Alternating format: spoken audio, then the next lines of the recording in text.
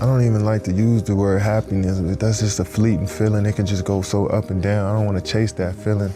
It's just not an efficient way for me to live. I feel like just having peace and simply just enjoying being alive every day is the best place for me to be. You know, I don't want to be happy and sad. Like, I don't even want to have to go through that. I just want to just kind of float through life. I experience so much. I just want to take on every experience for what it is and enjoy it in the moment, you know? So I don't want to chase happiness. Just try to stay even.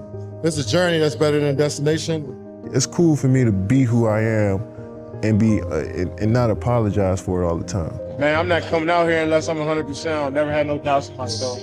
I feel like I'm the best player in the world. I mean, I feel as though at each spot, even in high school, my game was growing so fast. I need to be in a different environment to see how farther I can go. Just try to approach it in an everyday manner and, you know, try to take it a day at a time. You know, I'm not planning to do anything. I'm just gonna be myself. Every day is a challenge to stay at this level that I'm at. So I never looked at me switching teams as a new challenge. Every day I wake up, I gotta fight against that standard I set for myself. I felt like it was a time for a change. That was never my mentality ever, always to win the game. And, you know, I appreciated people like respecting my game, but I was like, I wanted more for myself. When I dive into something like that, with that level of focus, I don't want to be anywhere else in life. That's the most enjoyable experience I ever had after that first one. Try not to compare. I just each stop along the journey has been, I don't know, it's just been tailor-made for the moment, I guess. You know, been learning a lot so far as a player up until this point. So I think I'm starting to put everything together out there on both sides of the ball, and I'm not looking at points or shots that I get up. It's just how focused I am at each possession. At one gym, I might be the best. At another gym, another guy might be the best. But it's just like, it's millions of gyms around the world, and this conversation is gonna always keep happening, and nobody's gonna get the title outright. So it's no need for me to even think about it. But I know what I bring to the sport. I know what I bring to the culture of the sport. And I feel like I'm accepted by all the real ones in the game, you know what I'm saying? So that's really all that matters. I get that respect, and that's what I've been playing for. Yeah, life is crazy, you know, you can be on that high so fast, and then in a matter of seconds, you go back down. I'm grateful for it. It's tough that I had to go through it, but I'm also grateful that I can experience it, because down the line, I can be able to speak on how much it helped me as a player and a person. I went through some adversity, but that's a part of life, that's a part of this journey, and I knew it. It was tough, don't get me wrong, but I never wanted to quit. I never thought I got worse as a player. I never thought that, so I wouldn't say it was a low. I just thought I hit some adversity here, a couple bumps. And the way I was raised, the way my mom raised me, my brother and my dad, they keep fighting through. And I just tried to take that and apply it to my everyday life. We were stacked. The odds were stacked against us. Single parent with 2 boys.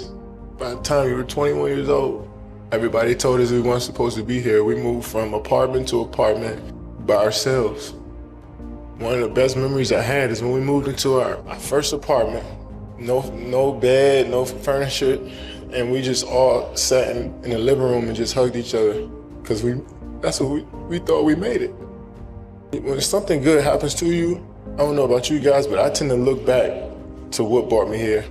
You wake me up in the middle of the night in the summer times, making me run up a hill, making me do push-ups, screaming at me from the sideline of my games at 8 or 9 years old. We wasn't supposed to be here. You made us believe. You kept us off the street, put clothes on our backs, food on the table. When you didn't eat, you made sure we ate. You went to sleep hungry. You sacrificed for us. You the real MVP. Yeah, family first. Communication is key. I'd like to thank God for changing my life and let me really realize what life is all about. Basketball is just a platform in order for me to inspire people. And I realized that so many people believed in me when I didn't believe in myself. So many people doubted me and motivated me every single day to be who I am. I failed so many times and got back up.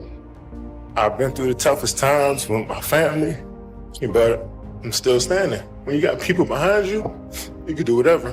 At the end of the day, I just focus on being the best that I can be and adding it to the group, wherever. That's the most important time, like personal time in the gym. You know, you spend a lot of time with your teammates and working through schemes and trying to be a great team.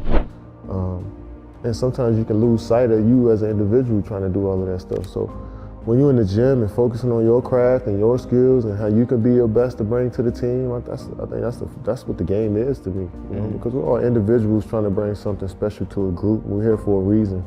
Every team is looking to get better, saying we want to look to upgrade and get better from where we were. I mean, this is progression of a unit, you know. So keep building our identity. That's the thing. And the identity comes from winning basketball games, regardless, you know. So if you win basketball games, you figure out what your role is as an individual, and you kind of stick to that. So never jealous of no teammate ever.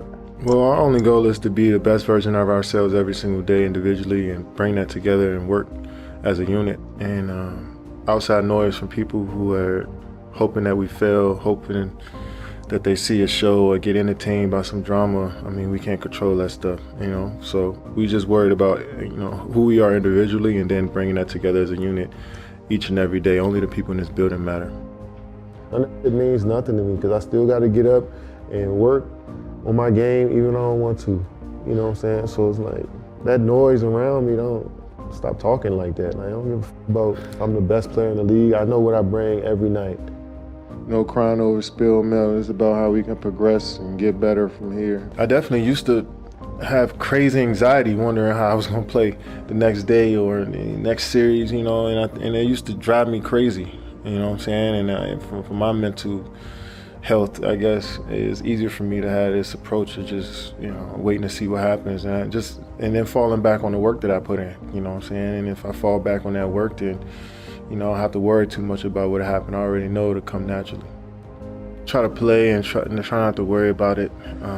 If it happens, it happens. You know, sometimes when you tend to focus too much on not getting injured, you probably go out there and get injured, you know. So I just try to go as hard as I can and live with the results. And I see more issues if we're not focused, you know what I'm saying? If we're not locked in on the game plan more so than anything. Once we got a good game plan and, you know, we follow it to the T, you know, we understand that life is also bigger than this. So, like, if I'm telling you to, like, get your ass in the corner, it's not that I don't like you. It's just that, you know, that's what we need for this play to work. I wasn't expecting to be a happy human being from a title. I was just expecting, like, you know, the ending of a movie. Once you work so hard and everybody tells you, like, yo, this is what you need to be working for. It's this gold ball and these rings. And I'm just like, all right, cool. Let me lock in on that. And I locked in on wanting to achieve that, but I also realized it's a lot of stuff that factors in it that's out of my control. And once I won a championship, I realized that, like, yo, my view on this game is really about development. Like, how good can I be?